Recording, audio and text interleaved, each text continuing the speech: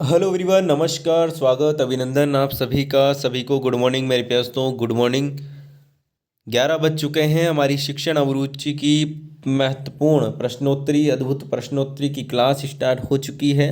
जल्दी से मेरे साथ में जुड़ जाएं मेरे प्यारे दोस्तों, ताकि हम क्लास को स्टार्ट कर सकें। आज हमारी 11वीं क्लास है और इससे पहले की क्लास आपने नहीं देखी तो प्लेलिस्ट की लिंक आपको डिस्क्रिप्शन में मिल जाएगी। वहां से जाकर आप सारी की सारी क्लासें देख लीजिएगा, क्योंकि ये क्लासें आपके लिए इम्पोर्टेंट रहने वाली हैं। इसके अलावा मैं आपको बता दूं, सुबह 10 बजे आपकी रीजनिंग की क्लास होती है। देखिए, सारी की सारी क्लासों की जो प्लेलिस्ट की लिंक है वो मैंने डिस्क्रिप्शन में डाल दी है, ठीक है। और सोशल मीडिया की लिंक भी डिस्क्रिप्शन में डाल दी। आप डायरेक्ट इस वीडियो के नीचे लिंक में है जो कि जाकर है जो कि आप ज्वाइन कर सकते हैं या फिर वीडियो देख सकते हैं, ठीक है। चलिए, और 10 बजे आपकी रीजनिंग की क्लास होती है, 11 बजे आपकी ये शिक्षण अभिरुचि की होती है, ठीक है। और 5 बजे शाम को आपकी किसकी होती है, हिंदी की क्लास। और 6 बजे रीजनिंग आपकी जीके की क्लास होती है। तो ये सारी की सारी क्लास आप लेते रहिए दोस्तों। तो चलिए क्लास को स्टार्ट करते हैं मेरे प्यारे दोस्तों। चलिए, बिल्कुल सभी जुड़ जाइए एक बार से, ताकि हम अच्छे से की क्लास को शुरू कर सकें। पहला प्रश्न आज का आपके सामने आ चुका है, जल्दी से जवाब दीजिएगा मेरे प्यारे दोस्तों। पहला प्रश्न आपके सामने,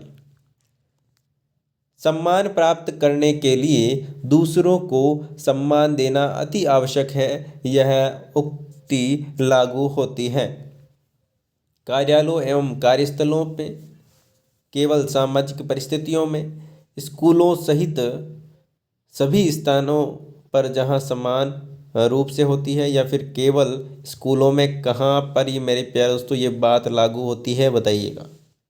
जहाँ आप सम्मान दोगे वहाँ सम्मान मिलेगा, ये बात कहाँ पर लागू होती है?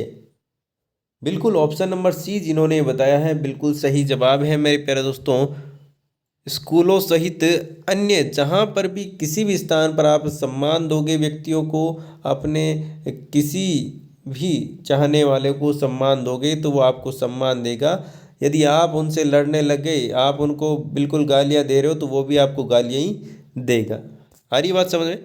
चलिए आगे चलते हैं अगले प्रश्न की ओर। अगला प्रश्न आपके सामने देखिए, पीडीएफ है जो कि आपको टेलीग्राम पर मिल जाती है, लेकिन पीडीएफ से आप एक बार क्लास लेकर उसके बाद में आप रिवीजन के टाइम है जो कि पीडीएफ पढ़ो तो आपको फ़ायदा मिलेगा, क्योंकि यहाँ पर क्लास में आपको और भी अच्छी अच्छी चीज़ें आपको जानने को मिलती है ना।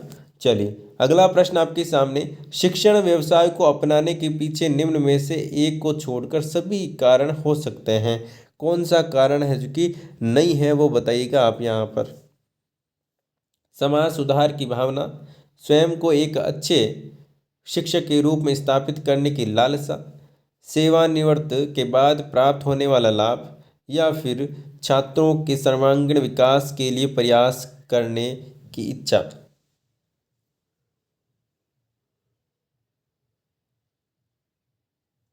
बताइए मेरे प्यारे दोस्तों, करेक्ट आंसर कौन सा हो जाएगा? बिल्कुल देखिए, यहाँ पर जो नेगेटिव चीज़ आ गई ना, किसी भी प्रश्न में शिक्षण अभिरुचि की बात कर रहा हूँ, नेगेटिव चीज़ आ गई ना तो वो आपको क्या करनी है, गलत करनी है, ठीक है। बिल्कुल आपको ओनली फॉर पॉजिटिव रहना है। यहाँ पर आप भले कैसे ही करते हो, लेकिन एग्जाम में आपको क्वेश्चन सोल्व करते समय क्या रहना है, एकदम पॉजिटिव रहना है। नेगेटिव चीज़ों को आपको गलत करना है। तो यहाँ पर देखिए, सेवानिवृत्त मतलब कि जो आपके रिटायरमेंट के बाद में जो आपको क्या मिलता है, रुपया मिलता है, ठीक है ना। सरकारी नौकरी में जब आप रिटायर हो जाते तो आपको क्या मिलता है, रिटायर होने के बाद जो लाभ मिलता है। तो मेरे पास तो लाभ के लिए आप नौकरी करना चाहते हो, शिक्षक बनना चाहते हो?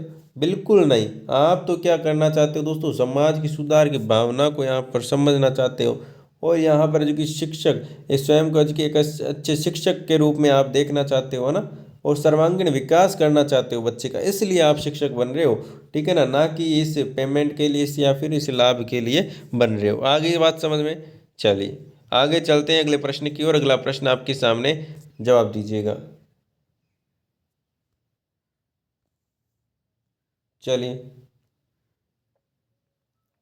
आजकल स्कूलों में अधिक बल दिया जाता है सूचनाओं को रटवाने में, या फिर परीक्षा पास करवाने पर, या फिर छात्रों में ज्ञान के संग्रह पर, या फिर विज्ञान विषय के शिक्षण पर। बताइएगा मेरे पास तो करेक्ट आंसर कौन सा हो जाएगा, किस चीज़ पर है जो कि जोर दिया जाता है आजकल स्कूलों में?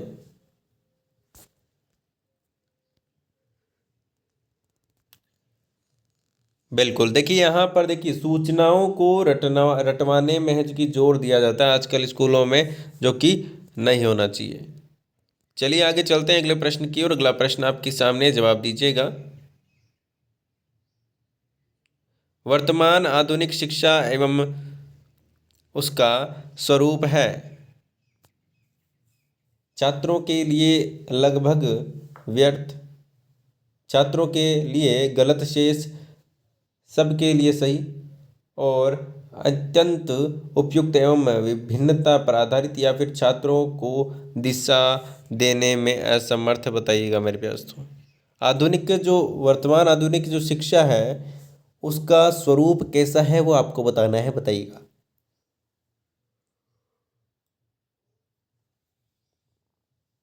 बिल्कुल, देखिए ऑप्शन नंबर डी। देखिए छात्रों को शिक्षा दी जाती है उसकी कोई दिशा ही नहीं है, वो दिशा में मतलब कि एक किस साइड में जाए। आप देखिए शिक्षा ऐसी होनी चाहिए जिसके अंदर वो पढ़ने के साथ साथ अपने करियर के बारे में सोच सके कि मुझे किस साइड में जाना है, ठीक है ना। तो ये इस प्रकार की शिक्षा यहाँ पर जो कि अभी तक फिलहाल है जो कि अच्छी नहीं है, एक पकड़ अच्छी नहीं आ पा रही है। ऑप्शन नंबर डी बिल्कुल करेक्ट आंसर आपका यहाँ पर हो जाएगा। आगे चलते हैं अगले प्रश्न की ओर। अगला प्रश्न आपके सामने, जवाब दीजिएगा मेरे प्यारे दोस्तों। शिक्षा के क्षेत्र में आप उपयुक्त एवं योग्य व्यक्तियों को किस प्रकार प्रेरित करेंगे? उन्हें उपयुक्त अच्छे वेतन द्वारा, या फिर शोध प्रोत्साहन एवं पुरस्कार देकर, या फिर पद देकर? बताइएगा मेरे प्यारे दोस्तों।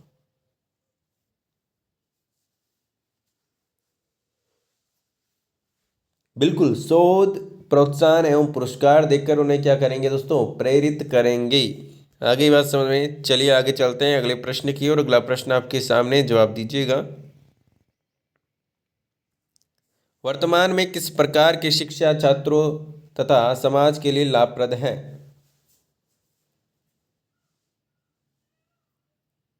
विशेषज्ञता प्रदान करने वाली शिक्षा, रोजगार परक व्यावसायिक शिक्षा, प्रौद्योगिक का ज्ञान देने वाली शिक्षा, या फिर नैतिक मूल्यों को उजागर करने वाला धार्मिक शिक्षा? Correct answer फरमाइएगा।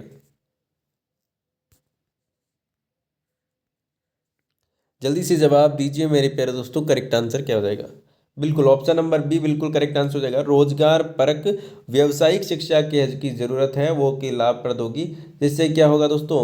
देखिए रोजगार के लिए ही क्या है, हम पढ़ते हैं तो मेरे प्यारे दोस्तों एक आत्मनिर्भर बनने के लिए रोजगार जरूरी है। तो रोजगार अपना जीवन है जो कि बिल्कुल अच्छे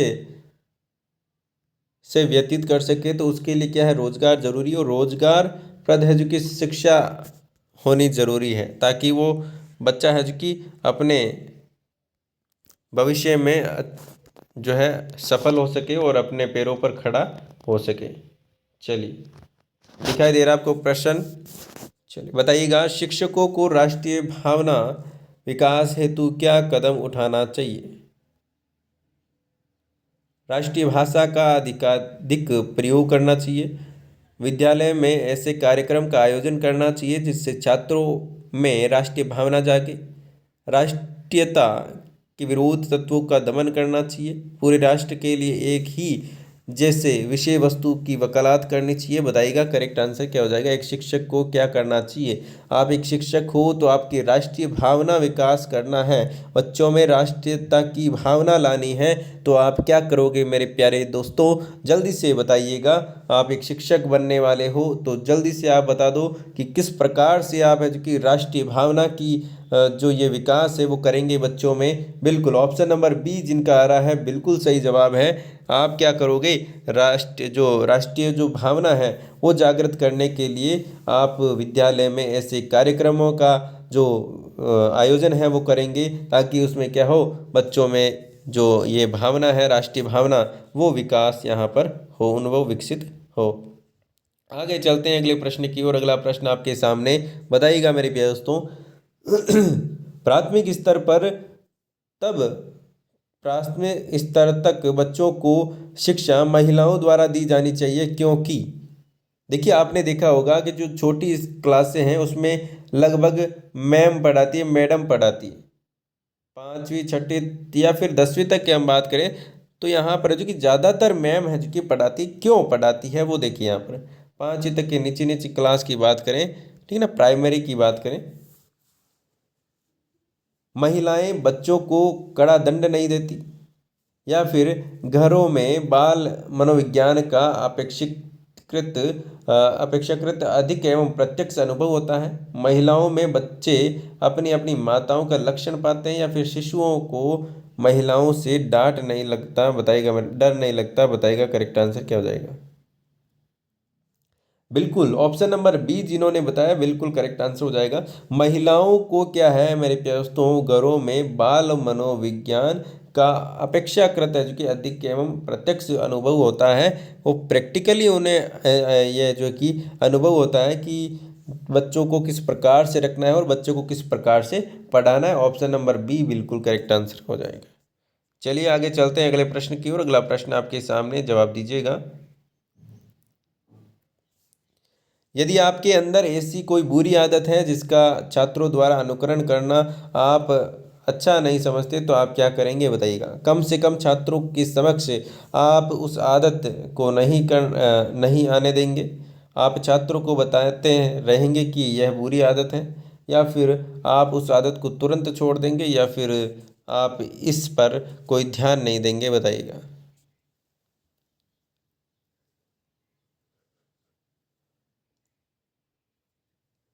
देखिए यहाँ पर सबसे पहले तो मैं बात करूँगा बुरी आदत की। जो बुरी आदत होती है वो बहुत ही बुरी तरीके से छूटती है, इतनी जल्दी आप उसे नहीं छोड़ सकते हो, ठीक है ना। तो उसे छोड़ने के लिए मेरे प्यार दोस्तों आपको क्या करना है, धीरे धीरे प्रयास करना है, ताकि आप क्या करोगे दोस्तों, कम से कम आप उन छात्रों के समक्ष जो कि उस आदत का प्रयोग नहीं करोगे, उस आदत को नहीं आने दोगे। तभी क्या है दोस्तों, धीरे धीरे वो आपकी आदत छूट जाएगी। डायरेक्ट आप उसको नहीं छोड़ सकते, ये तो कोई मजाक वाली बात हो गई। चलिए आगे चलते हैं अगले प्रश्न की ओर। अगला प्रश्न आपके सामने मेरे पास, तो जवाब दीजिएगा। यदि आपको किसी ऐसे स्कूल में प्रधानाचार्य नियुक्त करके भेज दिया जाए जहां पर की स्थिति बहुत गिर चुकी है, तो आप क्या करेंगे। यह देखेंगे कि कहाँ सुधार संभव है। सुधार कार्यक्रम पर अध्यापकों से चर्चा करेंगे। सुधार कार्यक्रम के संबंध में पूरे स्टाफ से चर्चा करेंगे। सेक्शन ऑफिसर से वित्तीय समस्याओं का बात करेंगे बताइएगा दोस्तों। बिल्कुल ऑप्शन नंबर जिन्होंने सी दिया है बिल्कुल करेक्ट आंसर है। पूरे स्टाफ से आप चर्चा करेंगे कि क्या दिक्कत है, कहाँ कहाँ पर दिक्कत है। उसके बाद में जो कि पूरी प्लानिंग के साथ में आप क्या करेंगे, पूरी स्थिति को जो कि सुधार कर पाएंगे। ऑप्शन नंबर सी बिल्कुल करेक्ट आंसर हो जाएगा। आगे चलते हैं अगले प्रश्न की ओर। अगला प्रश्न आपके सामने, जवाब दीजिएगा। छात्रों में मौखिक अभिव्यक्ति को विकसित करने का तरीका है परिचर्चाओं का आयोजन, भाषण प्रतियोगिता का आयोजन, अंत्याक्षरी का आयोजन, या फिर ये सभी करेक्ट आंसर बताइएगा। मौखिक अभिव्यक्ति को विकसित करने के लिए क्या कौन सा तरीका है बताइएगा।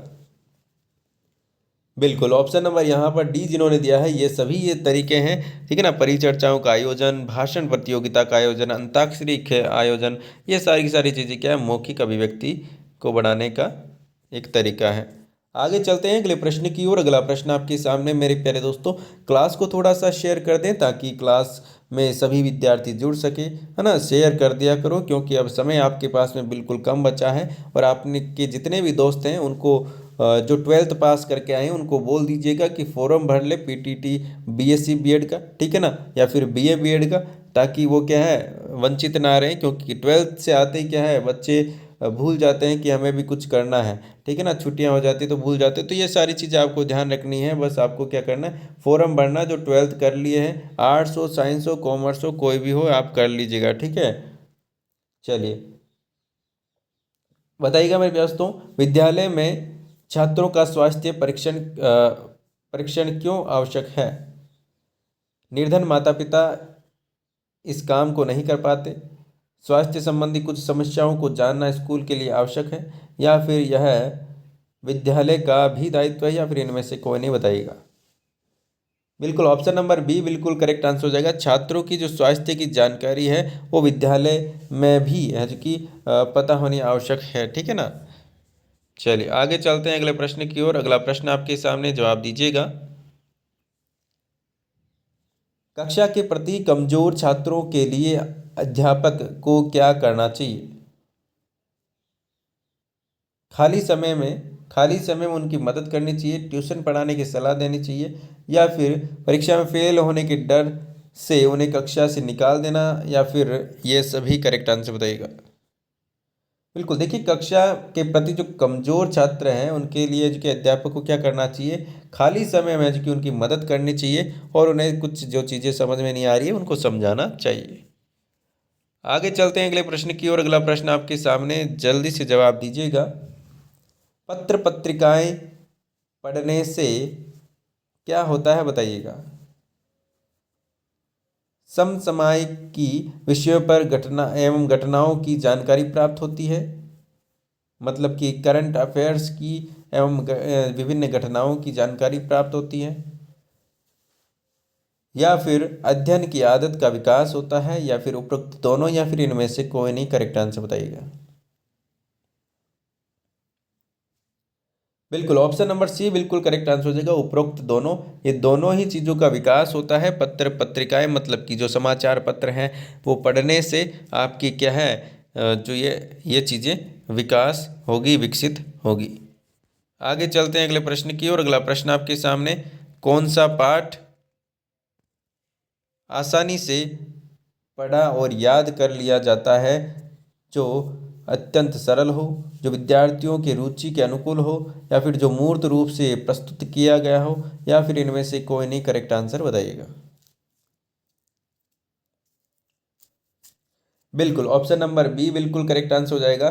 जो विद्यार्थियों की रुचि के अनुकूल होगा वही उनको आसानी से याद होगा। जैसे कि मतलब कि उनकी रुचि के अकॉर्डिंग, मतलब बच्चे इंटरेस्ट लेंगे उनमें। जिस प्रकार से कोई कहानी है तो कहानी सुनने में वो इंटरेस्ट लेंगे, तो उनकी रुचि के अकॉर्डिंग होगा तो वो कहानी भी उनको अच्छे से याद होगी। इसीलिए उनकी रुचि के अकॉर्डिंग एजुके हमें पढ़ाना चाहिए। अगला प्रश्न आपके सामने, जवाब दीजिएगा। अध्यापक की जीवन शैली किस आदर्श के अनुरूप होना चाहिए बताइएगा? सादा जीवन, उच्च विचार, एकांत प्रिय जीवन, खाओ पियो मौज उड़ाओ, या फिर इनमें से कोई नहीं। करेक्ट आंसर फरमाइएगा। आप एक शिक्षक हैं तो आपकी पर्सनैलिटी, आपका जीवन किस प्रकार से होना चाहिए बताइएगा?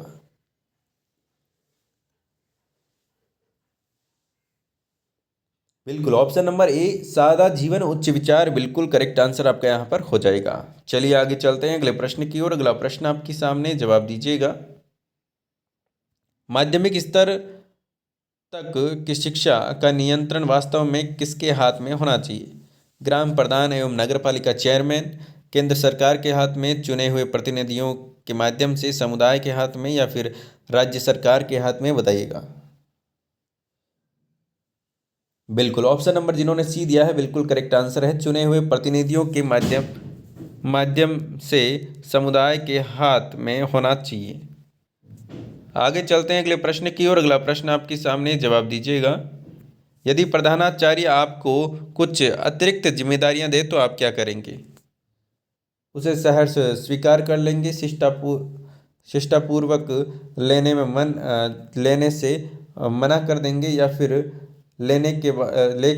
लेकर बाद में निर्वहन के कतराएंगे, या फिर उसे तभी लेंगे जब वह जो कि अन्य अध्यापकों को भी अतिरिक्त जो है जो कि काम है जो कि दिया गया हो।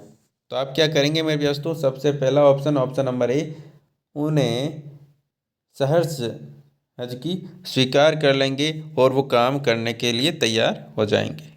आगे चलते हैं अगले प्रश्न की ओर। अगला प्रश्न आपके सामने दोस्तों, कमेंट करके जरूर बताइएगा आपके कितने प्रश्न सही होते हैं ना। चलिए, संपूर्ण शिक्षण व्यवस्था में सुधार लाने के लिए निम्न में से क्या आवश्यक है? अध्यापक की अभिरुचि में परिवर्तन, सरकार की सोच में परिवर्तन, प्रधानाचार्य की अभिरुचि में परिवर्तन, या फिर पाठ्यक्रम में परिवर्तन बताइएगा?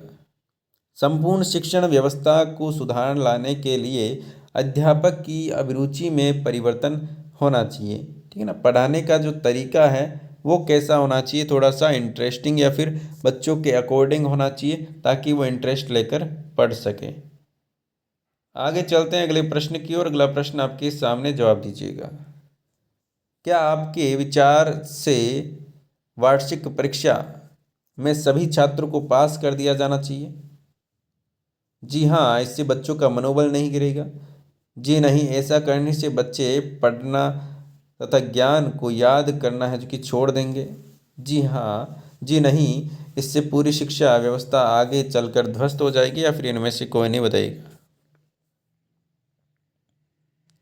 बिल्कुल, देखिए ऑप्शन नंबर सी बिल्कुल सही बोल रहा है। जी नहीं, इससे पूरी शिक्षा व्यवस्था है जो कि आगे जाकर क्या हो जाएगी, ध्वस्त हो जाएगी, क्योंकि ऐसे ऐसे बच्चे हैं जो कि सारे के सारे पास हो जाएंगे तो आगे जाकर देश का विकास नहीं हो पाएगा, पूरी अर्थव्यवस्था जो भी सिस्टम है वो खराब हो जाएगा। ठीक है ना। चलिए आगे चलते हैं अगले प्रश्न की ओर। अगला प्रश्न आपके सामने बताइएगा।